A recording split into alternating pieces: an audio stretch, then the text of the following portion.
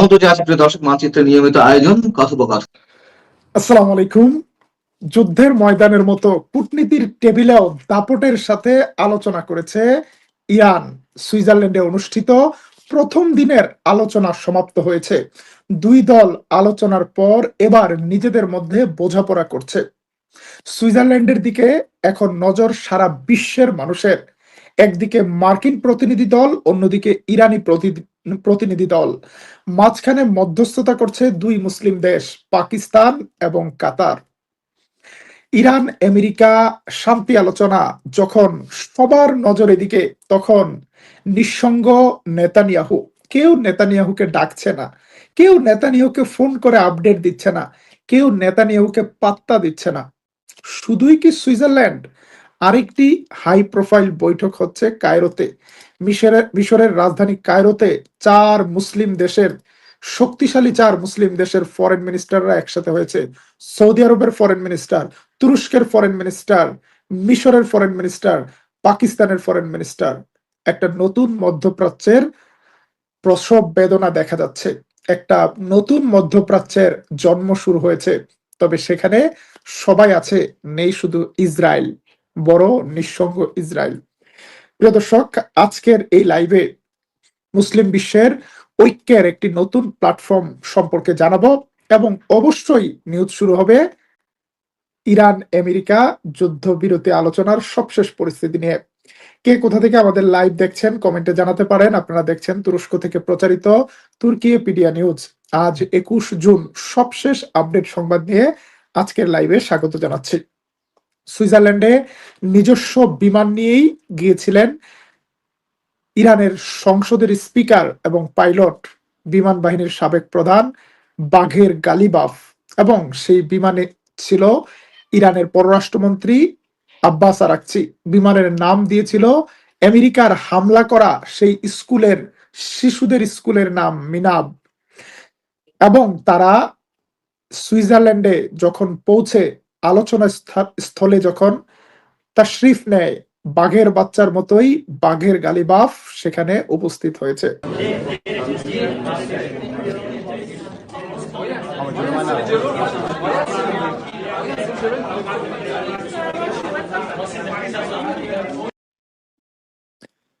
ইরানের পররাষ্ট্রমন্ত্রী এবং ইরানের প্রতিনিধি দলের দিকে ছিল সারা বিশ্বের সাংবাদিকদের আকর্ষণ।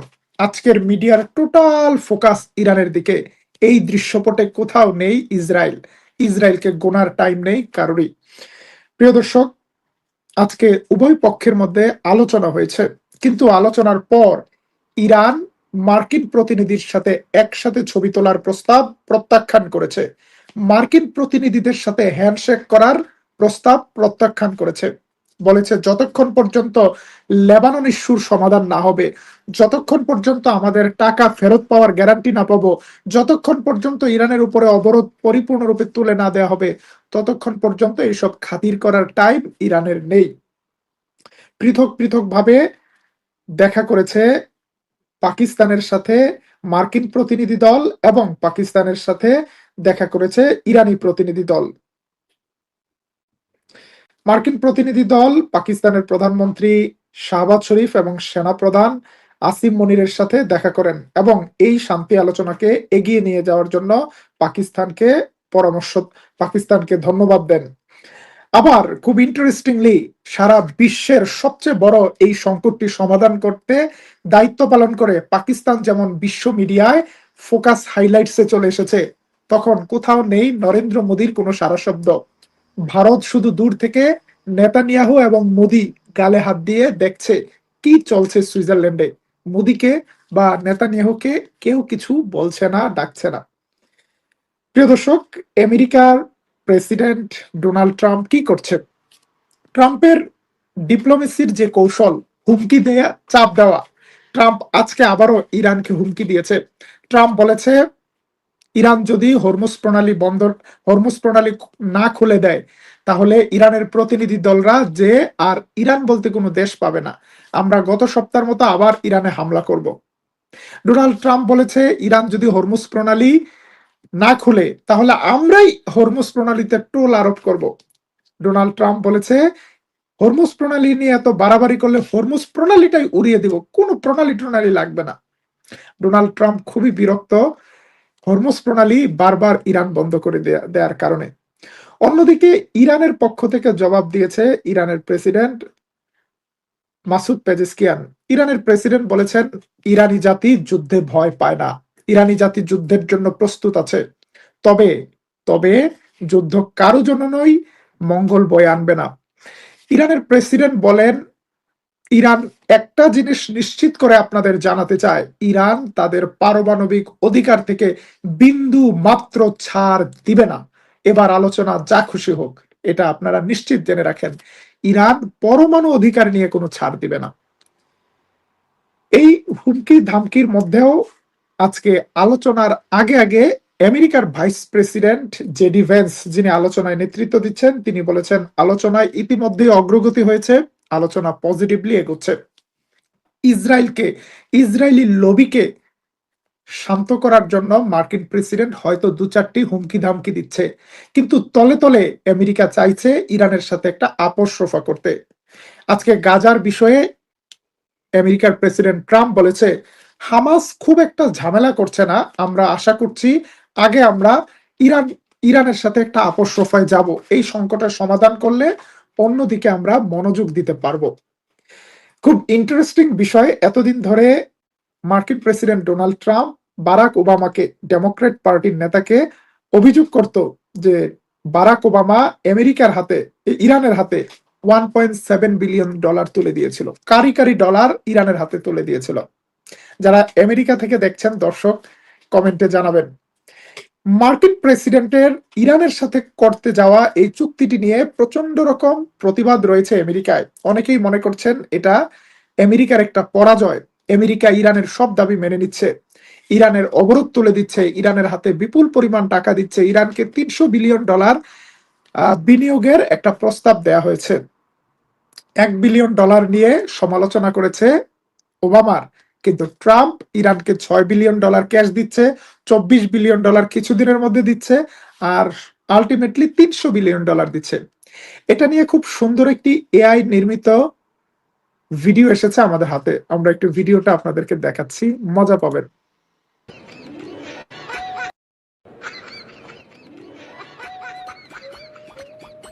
ভিডিওতে দেখানো হচ্ছে বারাক ওবামার সময় ইরান $1.7 বিলিয়ন বুঝে পেয়েছে। Did you do that?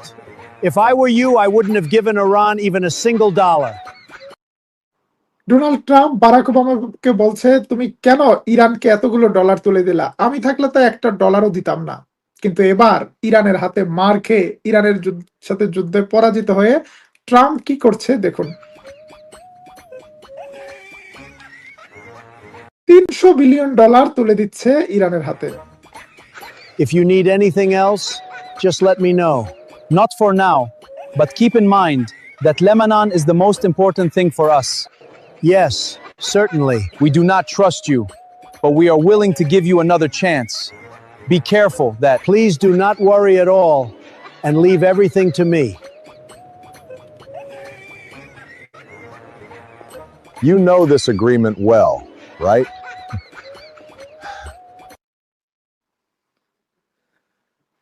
Artificial intelligence দিয়ে তৈরি করা এই ভিডিওতে বারাক ওবামা বলছে, দেখছেন আমি $1 বিলিয়ন দিয়েছিলাম ইরানকে, তাতে আমার সমালোচনা করে, চাচা ছোলা সমালোচনা করেছে ডোনাল্ড ট্রাম্প, আর আজকে ইরানের হাতে $300 বিলিয়ন দিচ্ছে, তাও হাত পায়ে ধরে, উপায় নেই, তাও ইরানকে রাজি করা যাচ্ছে না। ইরান বলছে লেবানন যুদ্ধ বন্ধ না হওয়া পর্যন্ত এইসব টাকা পয়সা দিয়ে আমাদেরকে নমনীয় করা যাবে না। প্রিয় দর্শক, আজকে নেতানিয়াহুর পক্ষ থেকে বলা হচ্ছে ইরান আমেরিকা আলোচনা, যুদ্ধবিরতি চুক্তি যা কিছু হোক, যদি আমাদেরকে লেবাননের শর্ত মানতে বাধ্য করা হয়, তাহলে আমরা 3টি শর্তে লেবাননে আমেরিকা ইরান চুক্তি মেনে নিব। 3টি শর্ত। শর্ত নাম্বার 1, লেবাননের হিজবুল্লাহকে লিটানি নদীর পার থেকে চলে যেতে হবে, তাদের সকল অস্ত্রশস্ত্র ত্যাগ করে। শর্ত নাম্বার 2, হিজবুল্লাহর সকল স্থাপনাগুলোকে ভেঙে গুড়িয়ে দিতে হবে। শর্ত নাম্বার 3, আমাদের মন চাইলেই ভবিষ্যতে যে কোনো সময় লেবাননে হামলা করার স্বাধীনতার স্বীকৃতি দিতে হবে। আমরা চাইলে লেবাননে স্থল অভিযান চালাতে পারবো, আমরা চাইলে লেবাননে আকাশ অভিযান চালাতে পারবো। ঘটনাটা এরকম, ধরেন একজন ধর্ষণ করছে, ধর্ষক বলছে আমাকে ভবিষ্যতে ধর্ষণ করার অনুমতি দিতে হবে, তাহলে আমি আর ধর্ষণ করব না। পৃথিবীর এমন কোন দেশ আছে যেই দেশ বলবে যে আমি তোমাকে ভবিষ্যতে আমার দেশে সামরিক হামলা চালানোর অনুমতি দেব, তুমি আপাতত আমাকে হামলা বন্ধ করো, আমি আমার হাত পা ভেঙে ফেলছি, আমার সব সামরিক অস্ত্র শস্ত্র ধ্বংস করে দিচ্ছি, আবার তুমি আমাকে হামলার সুযোগ পাবে। মানে জায়নিস্ট ব্রেন কিভাবে কাজ করে এটা বোঝা সাধারণ মানুষের পক্ষে সম্ভব না। এমন একটা শর্ত দিয়েছে, এই শর্ত কারো পক্ষে পালন করা সম্ভব? তবে নেতানিয়াহুর এইসব কথাকে 2 পয়সার পাত্তা দিচ্ছে না লেবানিজরা, বরং লেবাননকে ইসরায়েলি সেনাদের জন্য একটা গোরস্থানে তৈরি করেছে হিজবুল্লাহ। লেবাননের পবিত্র মাটিতে ইসরায়েলি সেনাদের পড়তে দেখা যাচ্ছে না, তাদের মরদেহগুলো তাদের ট্যাঙ্কের ভেতরেই রয়েছে। আমরা আগের লাইভে বলেছিলাম যে গত 48 ঘন্টায় ইসরায়েলের অন্তত 6 জন সেনা নিহত হয়েছে এবং 20 জন সেনা গুরুতর আহত হয়েছে। নিহত সেনাদের লাশ উদ্ধার করতে পারেনি ইসরায়েল, ট্যাঙ্কের ভেতরেই আটকা পড়া আছে। আছে নাকি হিজবুল্লাহ এগুলো নিয়ে আবার টানেলে লুকিয়ে রেখেছে, সেটাও নিশ্চিত হতে পারছে না ইসরায়েল। লেবানন লেবানন নিয়ে নেতানিয়াহুর খেলাটি কতদিন চলবে সেটা স্পষ্ট নয়। তবে মার্কিন যুক্তরাষ্ট্রকে সর্বোচ্চ চাপ দিচ্ছে ইরান। ইরান বলছে লেবানন ইস্যুর সমাধান না হলে হরমুজ প্রণালী খুলবে না। লেবাননে হামলা বন্ধ করলে চলবে না, লেবানন থেকে সকল দখলদার সেনাকে চলে যেতে হবে। 1 ইঞ্চি মাটি দখলদারদের হাতে রাখা যাবে না। লেবানন অখণ্ড হবে, মুক্ত হবে, তারপর হরমুজ প্রণালী খুলবে। মন চাইলে এবার আসো, পারলে ইসরায়েলকে থামাও। প্রিয় দর্শক, ইসরায়েল যখন আমেরিকা এবং ইরানের এই আলোচনা দূর থেকে দেখছে, অনেকটা অনেকটা নেতানিয়াহুর অবস্থা এরকম, বন্ধু যখন বউ লইয়া আমার বাড়ির সামনে দিয়ে হাইটা যায়। নেতানিয়াহুকে আর ট্রাম্প আগের মতো ফোন দিয়ে আপডেট জানাচ্ছে না, নেতানিয়াহুর সাথে পরামর্শ করছে না, যদি করতো এটা নেতানিয়াহু জানাতো। বরং এই চুক্তিকে নস্যাৎ করার জন্য নেতানিয়াহু যে কয়েকবার উদ্যোগ নিয়েছে তাতে ব্যাপক ক্ষিপ্ত ডোনাল্ড ট্রাম্প। নেতানিয়াহুর নাম না নিয়েই ট্রাম্প বলেছে কিছু কিছু লোকের উপর থেকে আমি আস্থা হারিয়ে ফেলেছি, তাদেরকে আমি অনেক বেশি বিশ্বাস করেছিলাম, আস্কারা দিয়েছিলাম, কিন্তু আস্কারা দেওয়ার ফলে তারা আজকে আমার সাথে বাড়াবাড়ি করছে।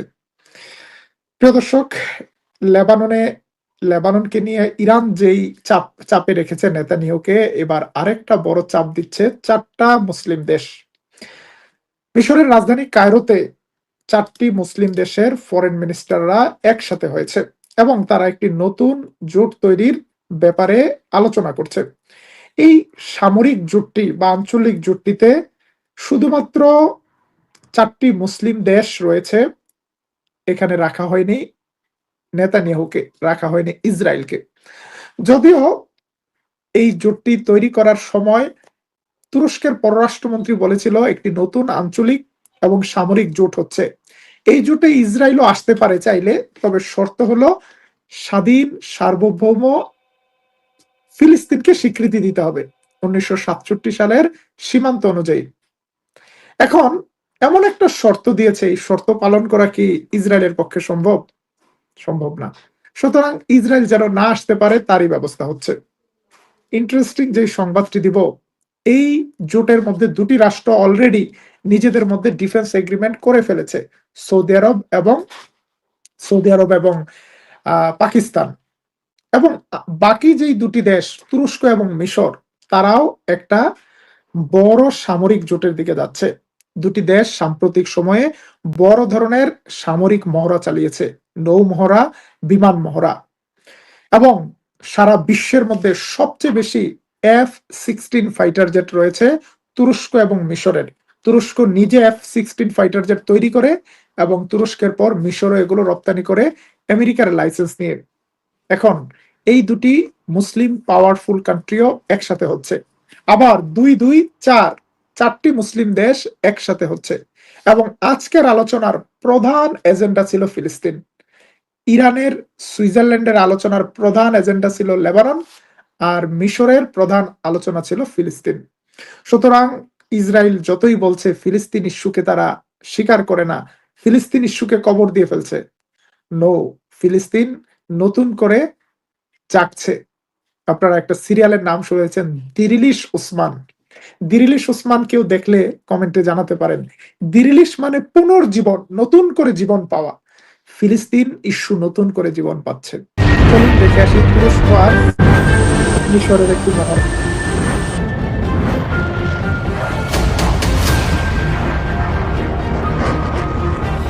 اختتمت فعاليات التدريب الجوي المصري التركي المشترك، والذي تم تنفيذه على مدار عدة أيام بمشاركة عناصر من القوات الجوية المصرية والتركية بعدد من القواعد الجوية بجمهورية مصر العربية.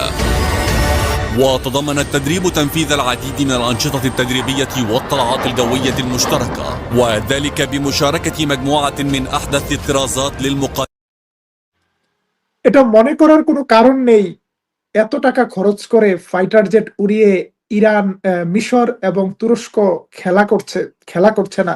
দুই দেশ শত বছরের শত্রুতা ভুলে, বিভেদ ভুলে একসাথে হচ্ছে। ক্ষমতায় কে আছে, কার আইডিওলজি কি, এসব দেখার সময় নেই। কার কমন শত্রু কোনটা সেটা জানে। ঠিক এইরকম একটা জোট হওয়া দরকার পূর্ব পাকিস্তান এবং পশ্চিম পাকিস্তানের, স্বাধীন বাংলাদেশের সাথে পাকিস্তানের, এবং বাংলাদেশের সাথে চীনের।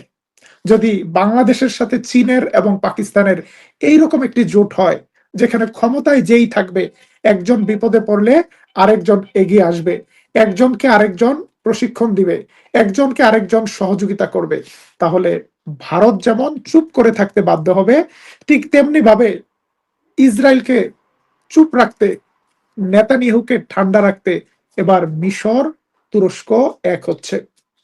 অল্প সময়ের মধ্যে একটা বড় ধরনের ঘোষণা আসবে ইনশাআল্লাহ। والتركية بعدد من القواعد الجوية بجمهورية مصر العربية. وتضمن التدريب تنفيذ العديد من الأنشطة التدريبية والطلعات الجوية المشتركة، وذلك بمشاركة مجموعة من أحدث الطرازات للمقاتلات متعددة المهام المصرية والتركية، والتي عكست مدى ما وصلت إليه القوات المشاركة من مستوى راق، فضلا على تبادل الخبرات التدريبية والتكتيكية في التخطيط. প্রিয় দর্শক, সুলতান সালাউদ্দিন আইবি যখন মিশরের সিংহাসনের ক্ষমতা নেন, তিনি ক্ষমতা নিয়েছিলেন ফাতিমিদের কাছ থেকে। যারা ইতিহাস জানেন তারা জানবেন, সেই সময় মিশরের সেনাবাহিনীর বড় বড় অফিসাররা মদ আর নারী নিয়ে ব্যস্ত ছিল। তিনি তার গোয়েন্দা প্রধান আলী বিন সুফিয়ানের মাধ্যমে খবর নিয়ে জানলেন তার সেনাবাহিনীতে বড় বড় গাদ্দার রয়েছে, কিন্তু তার সেনাবাহিনীর সবটাকে তিনি ডিসব্যান্ড করে দেননি। ঠান্ডা মাথায় খেলেছেন সালাউদ্দিন আইবি। তিনি সেনাবাহিনীর নতুন ক্যাডেটদের মধ্য থেকে ভালো চরিত্রবান দক্ষ যুবকদের দিয়ে নতুন ক্যাডেটদেরকে নির্বাচিত করেন এবং সেনাবাহিনীর এক্সিস্টিং অফিসারদেরকে ধীরে ধীরে রিটায়ারমেন্টে পাঠান, এবং যাদের সমস্যা রয়েছে তাদেরকে সেনাবাহিনী থেকে ধীরে ধীরে সরিয়ে দেন। দুই একটি বিদ্রোহ করার চেষ্টা করা হয়, বিদ্রোহকে দমন করেন। আপনি যেই এক্সিস্টিং সেনাবাহিনী, যেই এক্সিস্টিং ওয়ার্ল্ড সিস্টেম পেয়েছেন, সেটাকে নিয়েই খেলতে হবে। মিশরে এখন যা আছে তা নিয়েই একটা ঐক্যের চেষ্টা করছে তুরস্ক। সবকিছু সত্ত্বেও এই মিশর 3 বার ইসরায়েলের সাথে যুদ্ধ করেছে। মিশরের ক্ষমতায় কে ছিল সেটি দেখার চেয়েও গুরুত্বপূর্ণ মিশর বিভিন্ন সময় তার দায়িত্ব পালন করেছে। গত 10, 15, 20 বছরে মিশরে মুরসির হত্যাকাণ্ডের পর, মুরসির মৃত্যুর পর সিসি ক্ষমতায় আছে, সেটা একটা বাস্তবতা। আবার সিসি ক্ষমতায় চিরকাল থাকবে থাকবে না, সেটাও একটা বাস্তবতা। সিসি পরবর্তী মিশরকে নিয়ে পরিকল্পনা চলছে। যেটি বলছিলাম যে ইরান এবং তুরস্ক এই দুটি দেশের সাথে আপাতত কোনো সীমান্ত নেই ফিলিস্তিনের। ফিলিস্তিনে মধ্যপ্রাচ্যে শান্তি আনতে হলে অবশ্যই মিশরকে প্রয়োজন। সে কারণে মিশরের সাথেই এখন তুরস্ক এবং পাকিস্তান, সৌদি আরব সবাই একসাথে বসছে। যারা অধৈর্য হয়ে গিয়েছেন একটু ধৈর্য ধরতে হবে, একটু ধৈর্য ধরতে হবে। কিছুদিন আগেও কেউ ভাবেনি বাংলাদেশে শেখ হাসিনা থাকবে না। কিন্তু বাংলাদেশের বিমান বাহিনী আজকে চীন থেকে J-10C ফাইটার জেট আনার সাহস করছে। বাংলাদেশের ক্ষমতায় কে এলো কে গেল তার চেয়ে গুরুত্বপূর্ণ বাংলাদেশের বিমান বাহিনীর কি আছে এবং বাংলাদেশের মিত্র কারা। বাংলাদেশ যদি চীন পাকিস্তানের সাথে মিত্রতার একটা শক্তিশালী বন্ধনে যায়, তাহলে কে ক্ষমতায় আসলো কে গেল সেটা ম্যাটার করে না। বাংলাদেশের কমন শত্রুকে, বাংলাদেশের মিলিটারি প্রিপেয়ার্ডনেস কতটুকু, এটা ম্যাটার করে। বাংলাদেশের প্রধানমন্ত্রী তারেক রহমান গুরুত্বপূর্ণ সফরে মালয়েশিয়াতে পৌঁছেছেন। মালয়েশিয়ার পর তিনি সফর করবেন চীনে। আমরা আশা করছি চীনের পর তারেক রহমান পাকিস্তানেও সফর করবেন। আমরা বাংলাদেশ এবং মধ্যপ্রাচ্যের সবশেষ পরিস্থিতি নিয়ে আবারও আপনাদের সামনে লাইভে আসার চেষ্টা করব ইনশাল্লাহ। বর্তমান বিশ্ব বাস্তবতায় ইসরায়েল এবং ইন্ডিয়া একই লাইনে খেলছে। অন্যদিকে তুরস্ক, মিশর, পাকিস্তান, সৌদি আরব, বাংলাদেশ তার বিপরীত লাইনে। সুতরাং মধ্যপ্রাচ্যে ইসরায়েল যে ভূমিকা পালন করছে, দক্ষিণ এশিয়ায় ভারত সেই ভূমিকা পালন করছে। ভারতের প্রভাব ঠেকাতে, আমাদের রংপুরকে বাঁচাতে, আমাদের স্বাধীনতার সার্বভৌমত্বকে বাঁচাতে আমাদের কাদের সাথে মিত্রতা করা উচিত? চীন এবং পাকিস্তানের সাথে আমাদের দ্রুত একটি ডিফেন্স এগ্রিমেন্ট করা উচিত বলে আমি মনে করি। আপনার মতামত জানাতে পারেন আমাদের কমেন্ট বক্সে। প্রিয় দর্শক, আজকের মতো লাইভটি শেষ করছি। আবারও দেখা হবে তুর্কি ভিডিও নিউজে ইনশাআল্লাহ। আল্লাহ হাফেজ। বাংলাদেশে কার্যক্রম নিষিদ্ধ থাকা আওয়ামী লীগের ৭৭তম প্রতিষ্ঠা বার্ষিকী ২৩শে জুন। এর মধ্যে দেশের পুলিশ ও স্বরাষ্ট্র মন্ত্রণালয়ের পক্ষ থেকে এই দিনটিকে ঘিরে সহিংসতা হতে পারে এমন আতঙ্কে সতর্কতা জারি করা হয়েছে। উল্টো দিকে আওয়ামী লীগ ও অঙ্গ সংগঠনের নেতাকর্মীদের মিছিলের সংখ্যা বাড়ছে। এতদিন যেটি দেখা যায়নি সেটিও ঘটেছে ২১শে জুন গাজীপুরে। মহানগর যুবলীগের মিছিল থেকে পুলিশকে হুমকি দেওয়ার একটি ভিডিও সামাজিক যোগাযোগ মাধ্যমে ছড়িয়ে পড়েছে। আওয়ামী লীগের একাধিক সূত্রে জানা গেছে, বাংলাদেশের বিভিন্ন জেলা ও উপজেলা এবং থানা এলাকার মধ্যে কমপক্ষে ৩০০ থেকে ৩৫০টি স্থানে মিছিল করতে চায় দলটি। এর মধ্যে কয়েকটি শহরে বড় ধরনের মিছিলের আয়োজন করে নিজেদের অবস্থানের জানান দিতে চায় তারা। অন্যদিকে পুলিশের একাধিক সূত্র বলছে, ৫টি স্থানে দলটির নেতাকর্মীদের সমাগম ঠেকানোর প্রস্তুতি নিয়ে রেখেছে পুলিশ। দলটির প্রতিষ্ঠা বার্ষিকীর বিভিন্ন কর্মসূচিকে কেন্দ্র করে যে কোনো ধরনের অপ্রীতিকর ঘটনা এড়াতে এবং নগরের নিরাপত্তা বজায় রাখতে পুরো ঢাকা মহানগর নিরাপত্তার চাদরে ঢেকে ফেলার পরিকল্পনা নেওয়া হয়েছে। ঢাকায় ১৮,০০০ পুলিশ সদস্য নিয়োগের সিদ্ধান্ত নেওয়া হয়েছে। অন্য স্থানগুলোতে সহিংসতা না হলে পুলিশের পক্ষ থেকে আওয়ামী লীগের তৎপরতা ঠেকানোর তেমন কোনো কৌশল নেই। তবে বিভিন্ন জেলা শহরে দলটির স্থানীয় কার্যালয়ের সামনে পুলিশকে সতর্ক অবস্থানে থাকতে বলা হয়েছে। তবে পুলিশের উদ্বেগ যতটা না আওয়ামী লীগকে নিয়ে, তার চেয়ে বেশি হলো আওয়ামী লীগের নেতাকর্মীদের উপর হামলা চালিয়ে একটি গ্রুপ ফায়দা লুটতে পারে।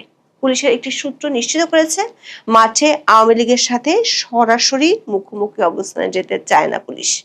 তাদের বরং চাওয়া বৃষ্টির সম্ভাবনা। ওই দিন ব্যাপক বৃষ্টিপাত হলে আওয়ামী লীগ ও অঙ্গ সংগঠনের তৎপরতা এমনিতেই কমে যাবে এমন ধারণা পুলিশের। বাংলাদেশের আবহাওয়া অধিদপ্তরের পূর্বাভাসে বলা হয়েছে, ২৩শে জুন দিনের বেলা ভারী বজ্রপাত সহ ব্যাপক বৃষ্টির সম্ভাবনা ৬৫%। অন্যদিকে আওয়ামী লীগ ও অঙ্গ সংগঠনগুলো ভিন্ন কিছু করে শুধু সরকারই নয়, দলটির হাই কমান্ডকেও চমকে দেওয়ার কথা বলছে। বিস্তারিত জানতে চলুন যাওয়া যাক বিশ্লেষণে।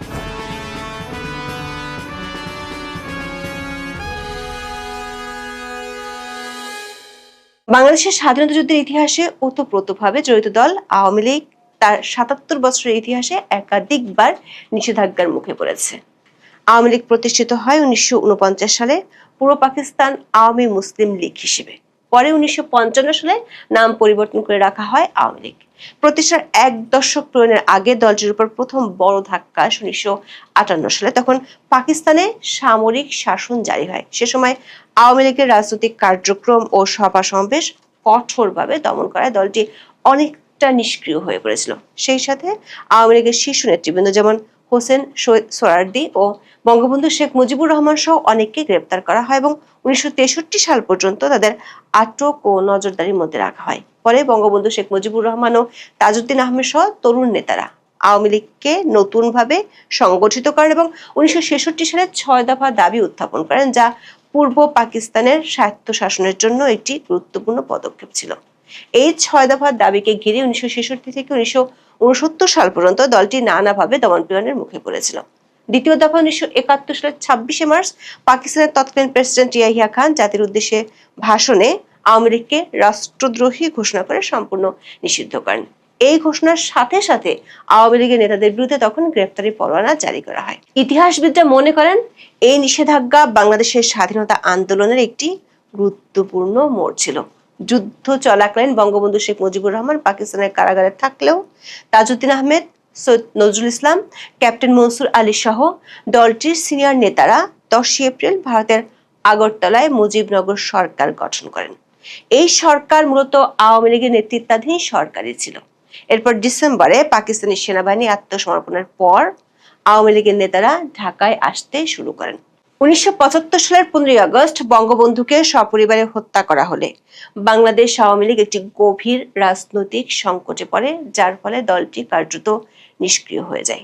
এই হত্যাকাণ্ডের পর একই বছরের নভেম্বরে সেনা সমর্থিত খন্দকার মোশতাক আহমেদ রাষ্ট্রপতি হলে আওয়ামী লীগ রাজনৈতিকভাবে কোণঠাসা হয়ে পড়েছিল। সে সময় দলটির অনেক নেতা গ্রেপ্তার বা গৃহবন্দী হন, যার কারণে কার্যত বিপর্যস্ত হয়ে যায়। যেমনটা দেখা গিয়েছিল 2024 সালের 5 আগস্ট ইউনূস প্রধান উপদেষ্টার দায়িত্ব নেওয়ার পর। 15 আগস্ট হত্যাকাণ্ডের সময় শেখ হাসিনা ও শেখ রেহানা বিদেশে থাকায় প্রাণে বেঁচে যান। এরপর 1981 সালের 17 মে শেখ হাসিনা দেশে ফিরে আসেন। শেখ হাসিনার নেতৃত্বে আওয়ামী লীগ 1982 সালের এরশাদ সমর্থিত সামরিক শাসনের বিরুদ্ধে গণতান্ত্রিক আন্দোলনে যুক্ত ছিল। 1982 থেকে 1990 সাল পর্যন্ত এরশাদ সরকার আওয়ামী লীগকে সরাসরি নিষিদ্ধ না করলেও দলটি নানা ধরনের রাজনৈতিক দমন পীড়ন, নিষেধাজ্ঞা ও দমনমূলক পদক্ষেপের মুখোমুখি হয়।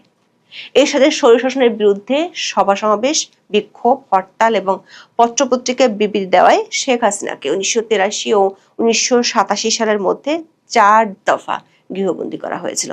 পরে আন্তর্জাতিক ও অভ্যন্তরীণ চাপের মুখে এরশাদ 1986 সালে রাজনৈতিক দলগুলোর উপর নিষেধাজ্ঞা প্রত্যাহার করেন এবং নির্বাচন ঘোষণা দেন।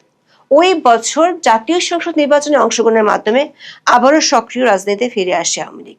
পরের বছর থেকে আওয়ামী লীগ ও বিএনপি যৌথভাবে এরশাদ বিরোধী আন্দোলন শুরু করে। বিবিসি বাংলার এক রিপোর্টে বলা হয়েছে, 2001 সালে বিএনপি নেতৃত্বাধীন 4 দলীয় জোট সরকার ক্ষমতায় আসার পর আওয়ামী লীগ এবং এর সমর্থকদের উপর ব্যাপক দমন পীড়ন ও রাজনৈতিক সহিংসতা চালানো হয়েছিল। 1/11 পর আওয়ামী লীগ সভানেত্রী শেখ হাসিনাকে গ্রেপ্তার করা হয় এবং একাধিক দুর্নীতির মামলায় অভিযুক্ত করা হয়। সেনা সমর্থিত তত্ত্বাবধায়ক সরকার -2 নীতির মাধ্যমে আওয়ামী লীগ নেত্রী শেখ হাসিনা ও বিএনপি নেত্রী খালেদা জিয়াকে রাজনীতি থেকে সরিয়ে দেওয়ার চেষ্টা করেছিল তখন। তবে 2008 সালের নির্বাচনে বিজয়ের মাধ্যমে আবারও রাজনীতিতে সক্রিয় হয়ে ওঠে আওয়ামী লীগ। এরপর দীর্ঘ 15 বছর শাসন করে দলটি। কিন্তু 2024 সালের 5 আগস্টের পর থেকে অতীতের যে কোনো সময়ের তুলনায় এবার আওয়ামী লীগ ভিন্ন এক পরিস্থিতিতে পড়েছে। বিশ্লেষকরা বলছেন, 15 বছরের শাসনামলে এই রাজনৈতিক দলটি 3টি বিতর্কিত নির্বাচন আয়োজন, বিরোধী মত দমন, দলীয়করণ, ব্যাপক দুর্নীতির অভিযোগের মুখে পড়েছে। তবে আওয়ামী লীগের এই 15 বছরের শাসনামলে ব্যাপকভাবে উন্নয়নের কথাও আন্তর্জাতিক বিভিন্ন সংস্থার রিপোর্টে উঠে এসেছে। দলটির পক্ষ থেকে অভিযোগ করা হয়, এই উন্নয়নের ধারা নস্যাৎ করতে দলটিকে ষড়যন্ত্র করে ক্ষমতা থেকে সরানো হয়েছে। এর মধ্যে 2025 সালের 10 মে ইউনূসের অন্তর্বর্তী সরকার আওয়ামী লীগের কার্যক্রম নিষিদ্ধ করে। নির্বাচন কমিশন দলটির নিবন্ধন স্থগিত করায় তারা বিগত সংসদ নির্বাচনে অংশ নিতে পারেনি। বিএনপি নির্বাচনে জয়লাভ করার পর ইউনূসের সিদ্ধান্তকে বহাল রাখে গত প্রায় 2 বছর ধরে দলটির অনেক নেতাকর্মী গ্রেপ্তার হয়েছেন। অনেকে দেশ ছাড়তে বাধ্য হয়েছেন, অনেকে নানামুখী নির্যাতনের শিকার হয়ে মারা গেছেন। তবে দলটির সভানেত্রী শেখ হাসিনা দেশে ফেরার ঘোষণা দেওয়ার পর থেকে বাংলাদেশে আওয়ামী লীগ ও অঙ্গ সংগঠনগুলোর তৎপরতা ব্যাপক আকারে বেড়েছে। পুলিশের প্রতিবেদন অনুযায়ী এতটাই বেড়েছে যে স্বাভাবিক পুলিশি তৎপরতা দিয়ে আওয়ামী লীগের কার্যক্রম ঠেকানো প্রায় অসম্ভব হয়ে পড়েছে। দলটির একাধিক জ্যেষ্ঠ নেতার দাবি, আওয়ামী লীগ তাদের ইতিহাসে একাধিকবার নিষেধাজ্ঞা ও সংকটে পড়েও রাজনীতির মূলধারায় ফিরে এসেছে। গত 2 বছরে আওয়ামী লীগের জনভিত্তির বাস্তবতা প্রমাণিত হয়ে গেছে। এমন পরিস্থিতিতে তারা 77তম প্রতিষ্ঠা বার্ষিকীতে নিজেদের শক্তির জানান দিতে চায়। আওয়ামী লীগ যে দিবসটিকে ঘিরে ব্যাপক শোডাউন করতে চায় সে তথ্য পুলিশ ও গোয়েন্দা রিপোর্টে উঠে এসেছে।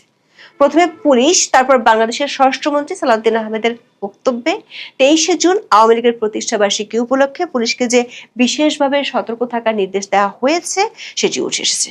গত 18ই জুন পুলিশ সদর